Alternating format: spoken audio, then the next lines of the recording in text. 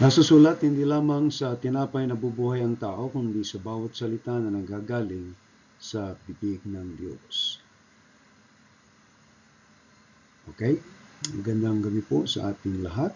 Kayo po ay aking inaanyayahan na makisama sa akin sa pag-recite ng sumasampalataya. Sumasampalataya ako sa Diyos amang makapangyarihan sa lahat, lumalang ng langit at lupa, at kay Jesucristo na anak niya, Panginoon natin na sa hiwaga ng Espiritu Santo, pinanganak ng Birheng Maria, nagdamdam ng hirap sa katulad ni Poncio Pilato, ipinako sa krus, namatay at nilibing sa ikatlong araw at nabuhay sa mga patay. Umakyat sa langit at umupo sa kanan ng Diyos amang makapangyarihan sa lahat, doon nagmumula at paparito upang mumukom sa mga buhay at mga patay. Sinasampalatayanan ko ang Espiritu Santo, ang banal na iglesyang laganap, ang pagkakaisa ng mga banal at kapatawaran ng mga kasalanan, ang kabuhayan ng katawan at ang buhay na walang hanggan. Siya nawa. Ang 10 utos, huwag kang magkakaroon ng ibang Diyos sa harap ko. Huwag kang gagawa para sa iyo ng larawang inanyuan. Huwag mong babanggitin ang pangalan ng Panginoong mong Diyos sa walang kabuluhan. Alalahanin mo ang araw ng Sabat upang ipangiling. Igalang mo ang iyong ama at ang iyong ina. Huwag kang papatay. Huwag kang mangangalunya, huwag kang magnanakaw, huwag kang magbibintang sa iyong kapwa. Huwag mong iimbitin ang anumang bagay ng iyong kapwa. Pagpalain nawa ng Diyos ang kanyang mga salita. Kayo po ay nakatunghay sa Thematic Sermon of the Bible, ang ating pong serye na sinusundan na ang buong Biblia ay tinatalakay natin ang bawat aklat na merong tema. At sa gabing ito, ang ating pong pagtalakay ay nasa aklat po ng unang Timoteo, ang mga liham ni Apostol Pablo. Okay? So ito po ang ating aklat na tatalakayin ngayon. At ang ating pong paksa ay pinamagatan po nating kabataan, huwaran ng pananalig at pamumuhay. Ang ating pong talata ay matatagpuan sa unang Timoteo, Kabanata 4, talatang 12. So kung kayo po may mga tangan na Biblia, ay pwede kayong makisabay sa akin at pwedeng tingnan ninyo sa inyong mga Biblia ang ating talata. Okay? Ang sabi dito ni Apostol Pablo kay Timoteo, huwag mong hayaang hamakin kanino man dahil sa iyong kabataan. Sa halip, sikapin mong maging halimbawa sa mga mananampalataya sa iyong pagsasalita, pag-uugali, pag-ibig, pananampalataya at malinis na pamumuhay. Pagpalain nawa ng Diyos ang kanyang mga salita, tayo po'y dumulog sa panalangin at hilingin natin sa Diyos na tayo samahan sa gabing ito ng ating pananambahan. Dakilang Diyos, maraming salamat po sa iyo sa gabing ito, Panginoon. Aming dalangin ang kapangyarihan ng iyong banal na Espiritu. Nawa ang mensahe mo ay patuloy na umalingaw-ngaw at ito ay patuloy na magpaalala sa amin ng mga katotohanan, O Diyos, na nais mo na malaman ng bawat isa, lalong-lalo na sa mga kabataan ngayon, Panginoon. Aming dinadalangin ang iyong pagkilos at nawa ang Espiritu Santo ang patuloy na magturo sa bawat isa. Ito po ang aming dalangin sa ngalan ni Kristo Jesus na aming Panginoon at tagapagligtas. Amen. Okay? So ang may akda po ng ang liham na ito ay si Apostol Pablo. Ang layunin ng aklat na ito ay turuan si Timoteo kung paano pangasiwaan ang iglesia ng tama, lalo na ang mga lider nito. Ikalawa ay iwasan ng maling katuruan, alamat at di makadiyos na usapin. Ikatlo ay upang itaguyod ang pamumuhay na makadiyos bilang patutuo ng Ebanghelyo. Ikalima ay piliin at ihanda ang mga pinunong karapat-dapat, matatanda, yung elders at mga tagapaglingkod o mga deacons. At ikalima ay hikayatin ng mga kabataan gaya ni Timoteo na huwag matakot sa kanilang edad kung kundi mamuhay bilang halimbawa. Okay? Ang Timoteo po ay isang pastoral letter o sulat ni Apostol Pablo sa kanyang anak sa pananampalataya na si Timoteo, na nooy nangangasiwa ng iglesia sa Epeso. Layunin nitong bigyang gabay si Timoteo kung paano pangunahan ang iglesia na may katotohanan, disiplina at kabanalan, lalo na sa harap ng maling katuruan at pang-aabuso sa pananampalataya. Ang mga tema dito sa liham ni Pablo ay nakakitaan po unang-una ng tamang katuruan o sound doctrine, ang pamumuno sa iglesia o church leadership, kabataang Kristiyano, youth in ministry, disiplina at kabanalan, discipline and godliness, totoong kayamanan through riches and contentment. So ito po yung mga background nitong ating aklat ng unang Timoteo na tatalakayin. At unas dito sa ating pag-aanalisa ng talata na ating binasa kanina, ang tanong ay ano ba ang problema o hamon na tinutukoy sa talatang ito? Ang hamon po ay ang posibilidad na hamakin o maliitin si Timoteo dahil sa kanyang kabataan. Ipinapakita ng talata na may mga tao sa simbahan o lipunan na maaaring hindi agad igalang o tanggapin ang pamumuno ng isang kabataan. So hindi natin matiyak kung ilang taon si Timoteo, pero ang range ng kabataan ay kumbaga nga po ay titingnan natin yung edad o gulang, at ganoon din naman ang nalalaman. Ano po? So dito ay isang malaking problema o hamon, lalo na kung maghahawak ng isang simbahan at ang mga miyembro nito ay mga matatanda at ang edad naman ng mga nangunguna ay talagang kumbaga nga po ay may gatas pa sa labi. Okay? Ikalawa, ano po yung solusyon na ibinigay ni Pablo kay Timoteo upang malampasan ang hamon ng pagiging bata? Ang solusyon po ay maging halimbawa sa mga mananampalataya sa 6 na aspeto. Kung mapupuna po nyo yung ating talata, ay nabanggitin Pablo na maging halimbawa. At number 1 dyan, ang halimbawa na ipapakita niya ay ang pagsasalita. Ibig sabihin, ang pagsasalita ay kakakitaan ng karunungan, kakakitaan ng kahusayan, at ganoon din naman na may paggalang. Ikalawa ay ang halimbawa ng pag-uugali. Ng pag-uugali ay hindi ka mayabang at ikaw ay hindi kumbaga nga ay merong maayos na pakikitungo sa bawat miyembro ng iglesia. Ikaw ay mabait, hindi ka mabalasik, ikaw ay magalang. Ikatlo ay ang pag-ibig. At ang pag-ibig na yan ay maaring tumukol sa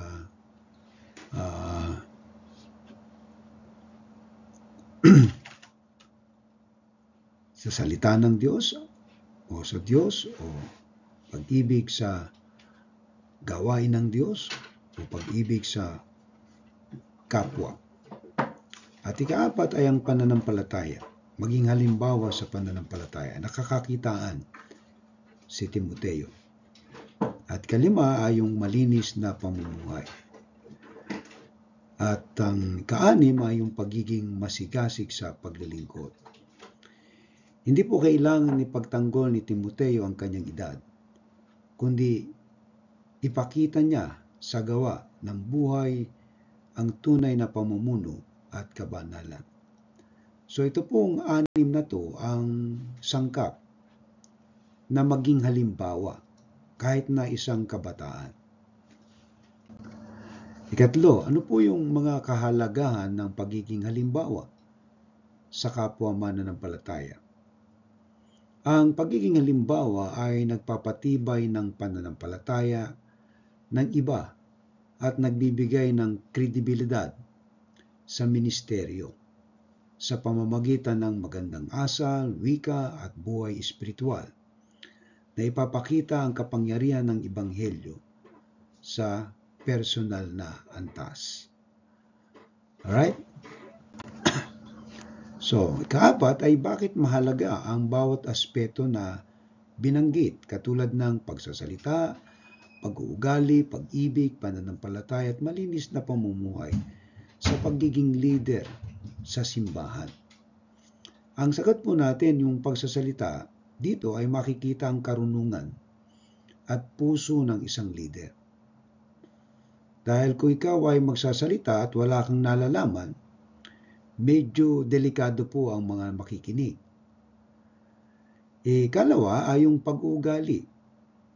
Ipinapakita naman ito nagpapakita naman to ng disiplina at integridad.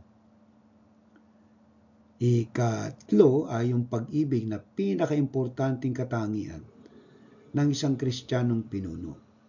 Dapat marunong magmahal ng walang hinihinging kapalit.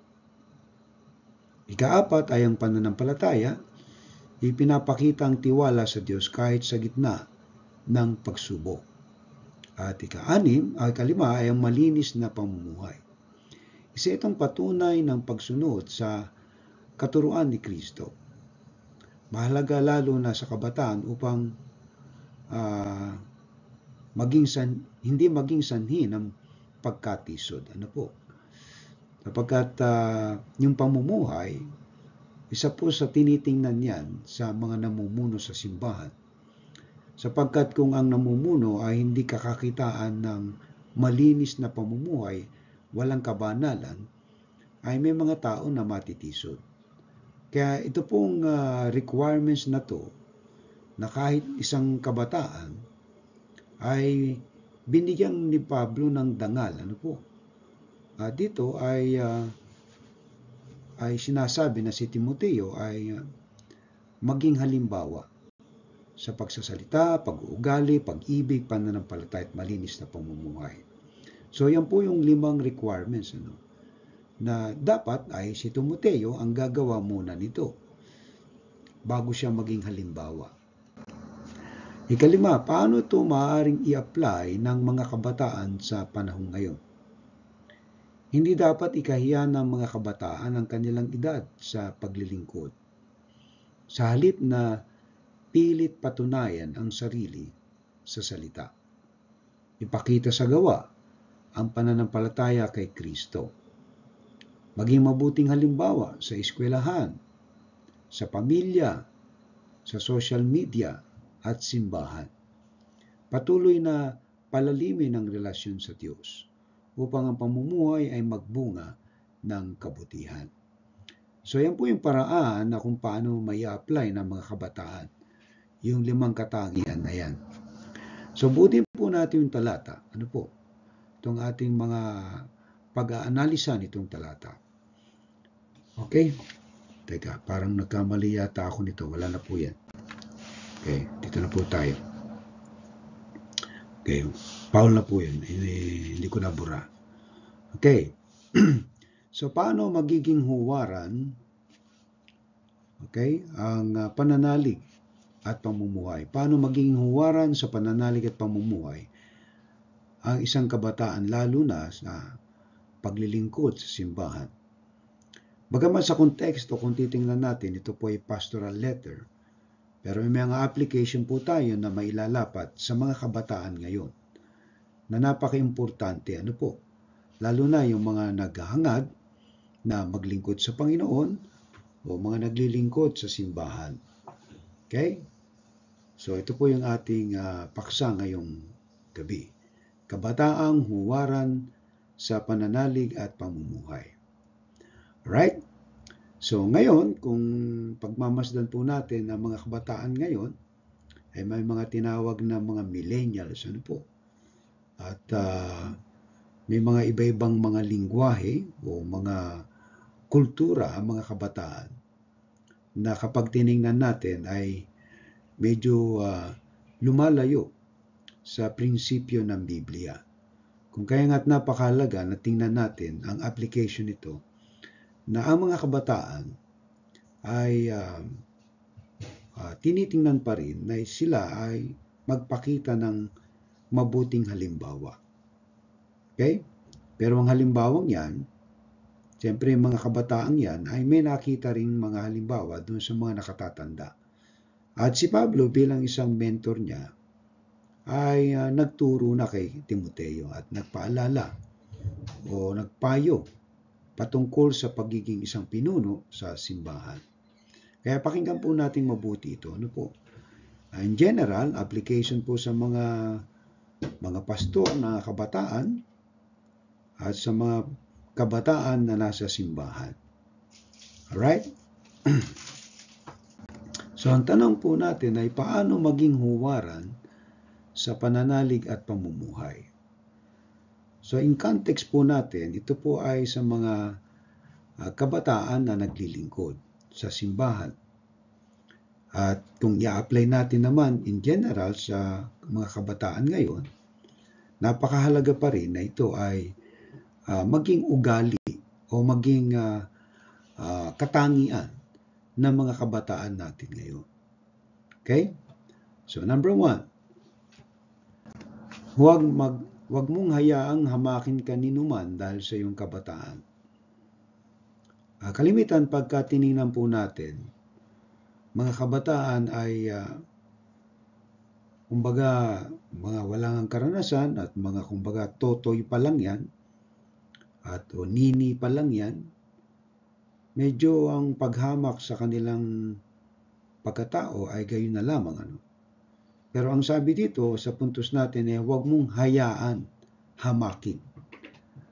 Right? So, ibig sabihin may posibilidad o may potential na hamakin. Pero yung wag mong hayaang hamakin ka ni numan, ito po ay nagpapakita sa atin ngayon na meron tayong kakayahan ng mga kabataan o karapatan na magpakita ng katangian na igagalang kahit na kapwa kabataan o sino man. Alright? Kung sa posisyon ng leadership o sa posisyon ng isang bagay na pamumuno. Alright? Sa simbahan, ito ay konteksto nito. No? Ngayon, sa politika, may mga kabataan kasing namumuno rin. Lalo ngayon, merong isang kabataan na nahalal, na pinaka batang mayor sa kasaysayan ng politika ng Pilipinas. Una, si Ninoy Aquino, itong kabataan to na babae, 21 years old lang. Kasi yung tatay niya ay napatay, so tumakbo, bumalik siya, so nanalo. So, ito ay pwedeng titingnan natin na bilang kabataan, yung wag mong hayaang hamakin kanino man. Alright? Ang unang application po natin yan ay wag mawalan ng kumpiyansa sa pagsunod at paglilingkod kay Kristo kahit bata ka pa. Right? So, ibig sabihin, yung kumpiyansa, yung confidence, na kahit kabataan, ay wag dapat mawala ito. Ikalawa, tanggapin ng responsibilidad sa buhay, sa spiritual na buhay at pamumuno kahit hindi pa matanda.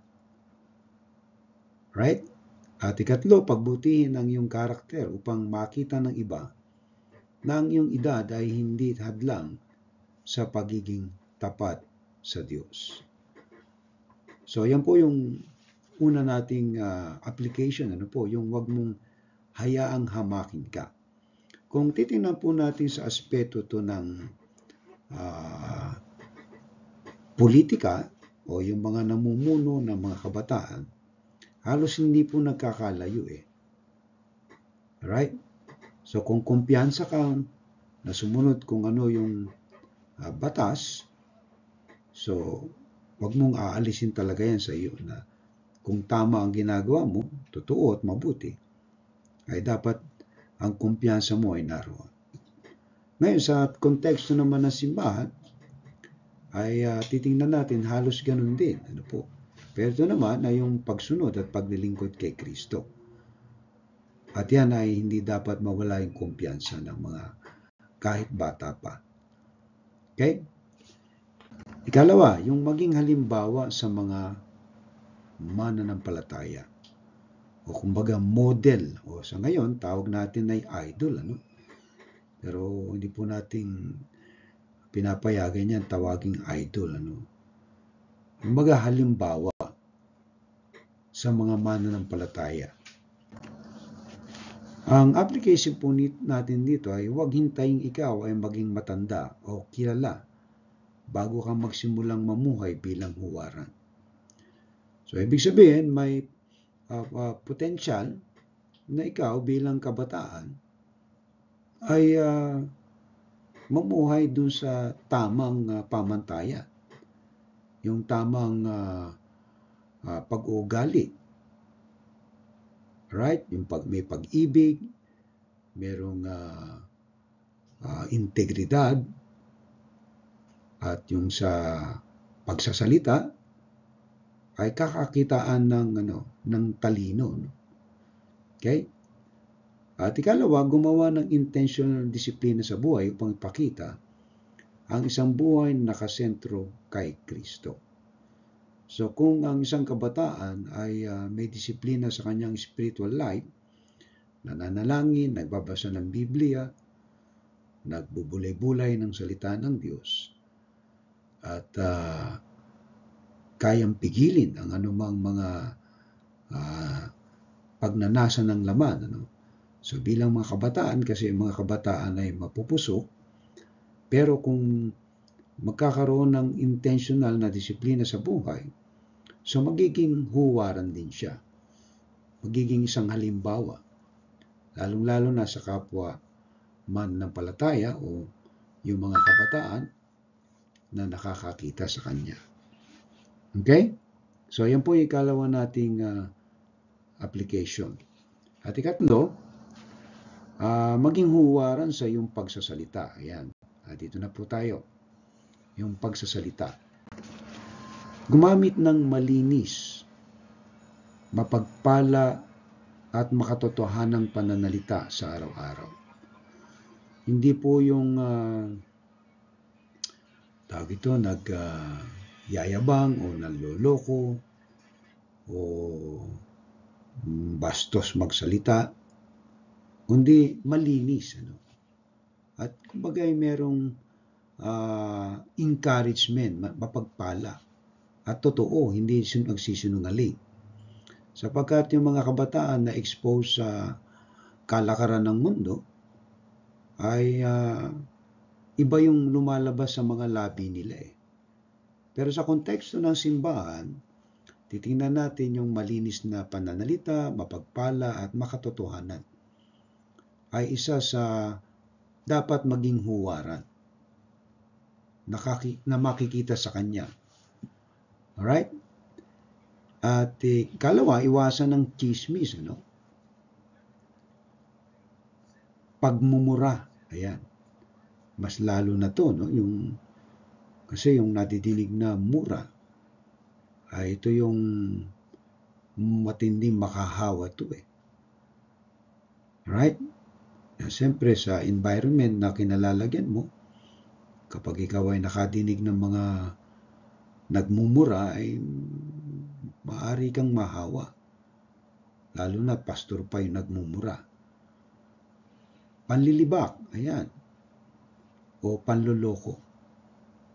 So, iwasan ito. Ano po? Ibig sabihin, hindi dapat ito na makita sa isang kabataan na nasa leadership o nasa pamunuan or kahit na wala sa leadership.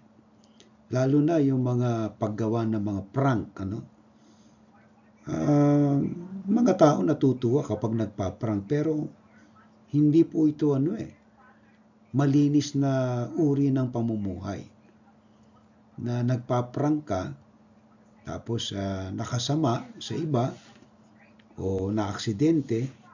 So, hindi magandang halimbawa yung mga gumagawa ng ganitong bagay. Na kahit nakikita natin sa social media na nagba-viral pa yung kanilang mga prank, ay hindi po yan warranted ng Biblia na gawin o maging halimbawa sa kabataan. Sapagkat yan ay talagang disgraceful po yan sa paningin ng Diyos. Pangloloko, pang-paprank. So, hindi po yan kinakatigan ng Biblia. Magsalita ng encouragement at katotohanan kahit sa social media. So, minsan, maaaring matukso ka na mag-prank din kasi nagba-viral. So, kung magkaganon ay sa aking palagay ay hindi magandang halimbawa. Imagine mo yung makikita sa yung ipaprank mo, may mga nagsusuot ng mga damit pambabae, mga lalaki naman sila. O kaya nagbabading-badingan, nagpaprank lang daw. Grabe sa social media, dapat na maging totoo, hindi, kasi maraming sinungaling po sa social media. At ang dami pang mayayabang. Kaya hindi po yan ang magiging huwaran ng isang malinis na pamumuhay. Na merong isa diyang mga vlogger na grabe. Ang kayabangan ni lampas ng langit sa yabang. Ewan ko kung saan nanggagaling yung yabang niyan. Right? So, yan po ang ating dapat na maging huwaran tayo. Ito, yung gumamit ng malinis, mapagpalak, makatotohanan ng pananalita. Iwasan ng chismis, magsalita ng encouragement. Yung nakakapag-bless sa iba. Pag-encouragement at katotohanan, so, papakinggan ka. Pero kapag ang pinagsasabi mo puro kasinungalingan at puro pampaprank, talagang hindi ka magiging huwaran yan. Okay? Ika-4, yung huwaran sa iyong pag-uugali. Maging magalang, hindi bastos. Yung mapagpakumbaba, hindi mayabang. At tapat, hindi sinungaling. Ito sa lahat ng sitwasyon. So kung tayo merong mga ganitong uri ng mga kabataan na magiging halimbawa sa kapwa mananampalataya, palagay ko yung buhay nila talagang isang malaking testimony. Na hindi nila kinakailangang tumanda bago matuto. Bata pa lang, natututo na. So, yan po yung maganda. Okay? Sa lahat ng sitwasyon, sa paaralan, sa trabaho, sa bahay, ipakita si Kristo sa iyong asal. So, maganda po itong halimbawang ito. Na yung mga kabataan na nagpapakita ng paggalang, pagpapakumbaba at tapat sa anumang sitwasyon, sa paaralan, sa trabaho, sa bahay, ay si Kristo ang nakikita dyan.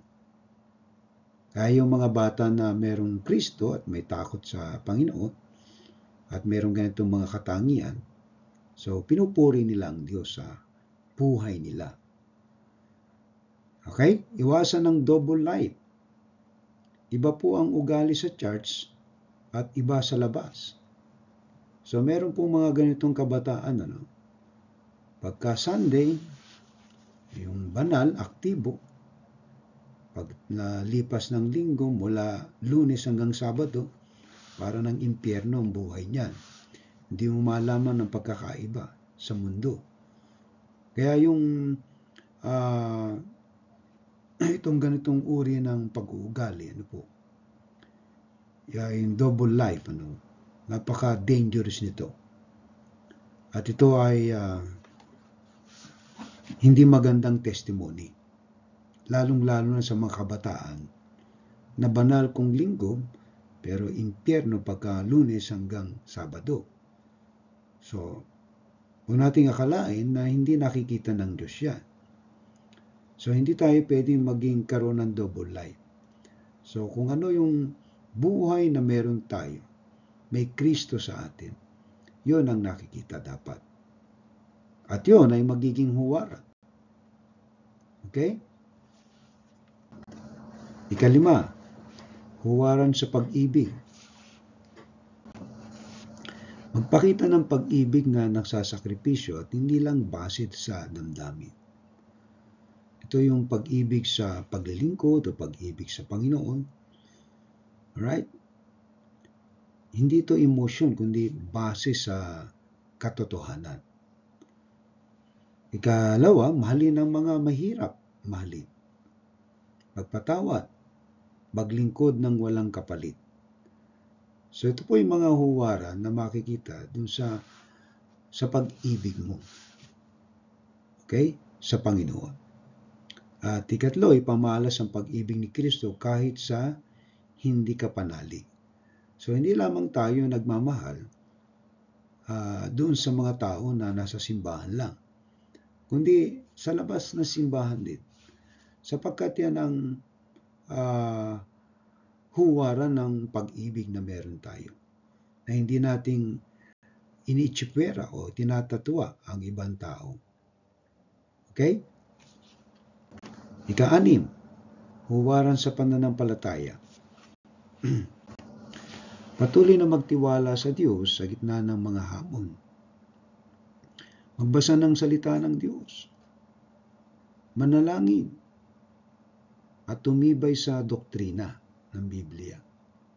Ipakita sa iba na ang pananampalataya ay hindi lang paniniwala kundi pamumuhay. Kaya nga mga kapatid, lalong-lalo na sa mga kabataan natin sa simbahan, kung ito ay mapapakinggan ninyo at ipapamuhay, ang Diyos ay malulugot. At ikaw ay magiging isang huwaran. Hindi mo na kinakailangan maging bayani para tularan ng mga tao yung iyong ginawa. Na kahit na ikaw mismo bilang isang kabataan ay kakakakitaan ng tamang pag-uugali o sa pagsasalita, pag-uugali, sa pananampalataya, right? Yan pong mga katangian na yan ay magiging huwaran para sa iba. Nasundin din ang ganong uri ng buhay o pamumuhay. Ika-7, malinis na pamumuhay. Panghuli na po ito. Okay? Iwasan ng immoralidad, bisyo, at kompromiso. Sa kultura ng mundo ngayon, dahil nga 21st century, ay kumbaga nag-change po from morality to immorality. Sa ngayon, iba-ibang kultura ng mundo, mga napapanood sa TV, sa social media, sa movie, yung mga kabataan na nagsesex kahit hindi pa kasal. Alright? So, medyo doon po tayo taliwas sa ganung uri ng kultura. Sapagkat hindi po yan ang culture ng Bible na makipagtalik sa hindi mo asawa. At yan sa ibang kultura ay okay lang. Kumbaga, wala namang mawawala. Pero sa principle ng morality at spirituality, na kapag ang binigay mo ang katawan mo sa isang babae o isang lalaki, iisa na kayo. Okay? At isa pang problema dyan, yung mga gumagawa ng mga immoralidad, talagang pinapasok ng mga demonyo yan. Yung nakikipagtalik ng hindi, wala sa boundary ng kasal. Demonyo po ang pumapasok sa mga ganyang uri ng immoralidad. Believe it. Kasi yan po ang mga problema ngayon ng mga kabataan na nag-i-engage sa sexual immorality na hindi naman kasal. Okay? Ang marriage ay pinaka-sacred po yan. And then sex it will happen only in the boundary of marriage. Pero dahil nga po sa kultura ngayon ng mundo, na binabago na ngayon, okay lang magtalik, ano? Huwag ka lang magpapabuntis o kaya gumamit ka ng kondom. So yan po ay taliwas po sa prinsipyo ng Biblia. Sa tama at malinis na pamumuhay. Ganon din ang bisyo. Okay lang namang uminom, huwag lang maglalasing.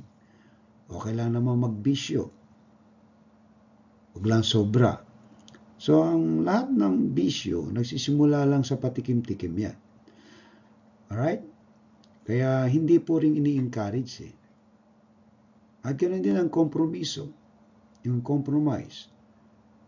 So, application ito ay maging bukod sa mundo. Kumbaga, pwede kang nasa mundo pero hindi ka taga-mundo. Hindi yan ang iyong pamantayan ng uri ng buhay na itinuturo ng mundo. Okay? Mamuhay na maintegridad sa lahat ng larangan, sapagkat yan ang kinaluluguran ng Diyos. Hayaang makita ng iba na ang kabanalan ay posible sa kabataan, sa biyaya ng Diyos. Posible pong mangyari. May mga kultura sa ibang bansa na okay lang sa kanila yung mga ganyang uri ng magtikim ka ng marijuana, mag-engage ka sa sex, kahit hindi pa kasal. So, yan po ay hindi warranted nga ng Biblia, hindi inaalaw yan eh.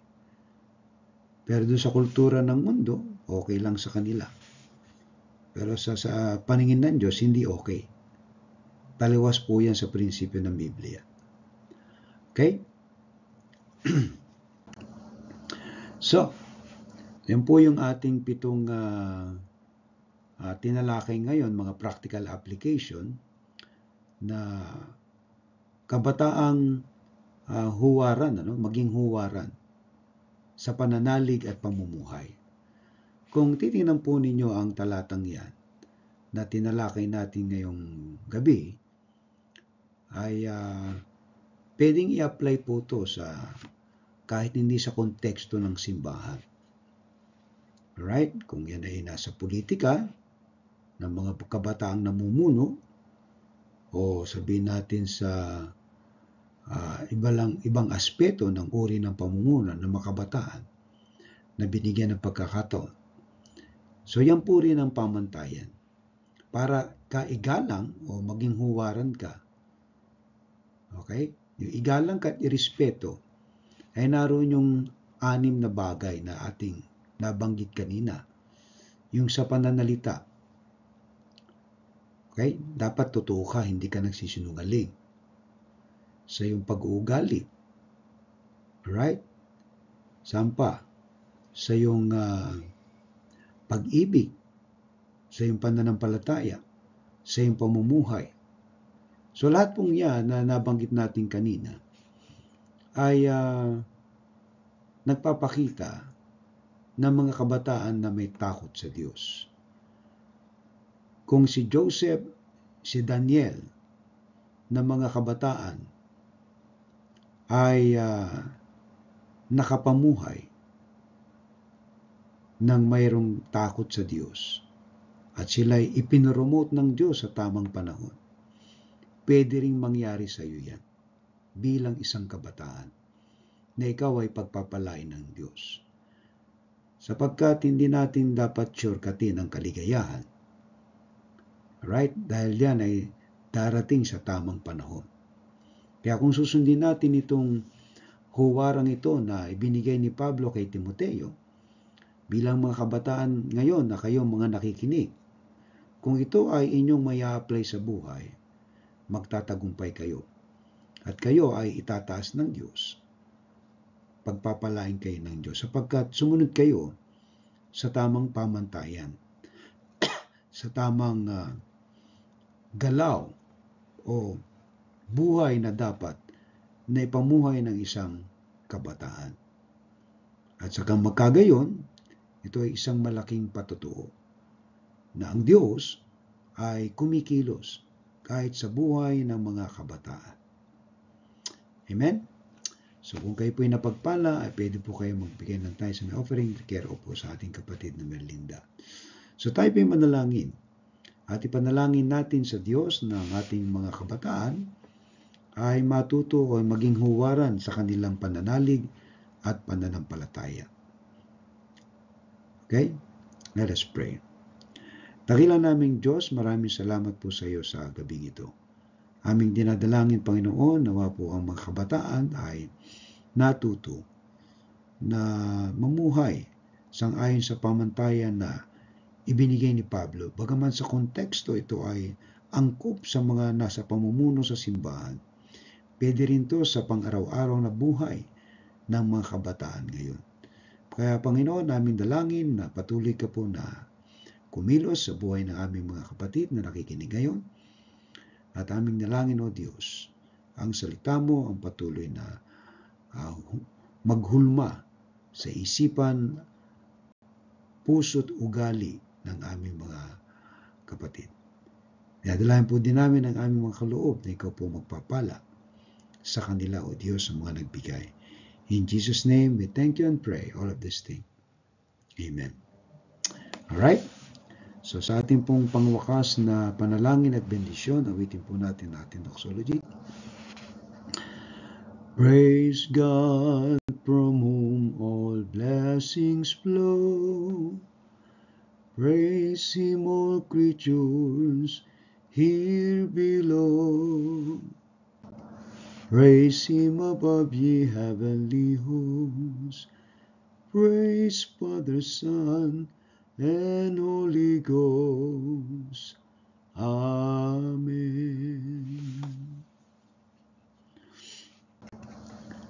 Pagpalain ka nawa at ingatan ni Yahweh, kahabagan ka nawa at subaybayan ni Yahweh. Lingapin ka nawa at bigyan ng kapayapaan ni Yahweh. Tatlo pong amen. Amen. Amen. Amen. Magandang gabi po sa inyo lahat. Magkita-kita po tayo sa susunod na linggo sa ating pong online worship service. So God bless you mga kapatid at naway magpatuloy tayo sa Panginoon habang ang biyaya niya ay patuloy na dumadaloy sa ating lahat. God bless you.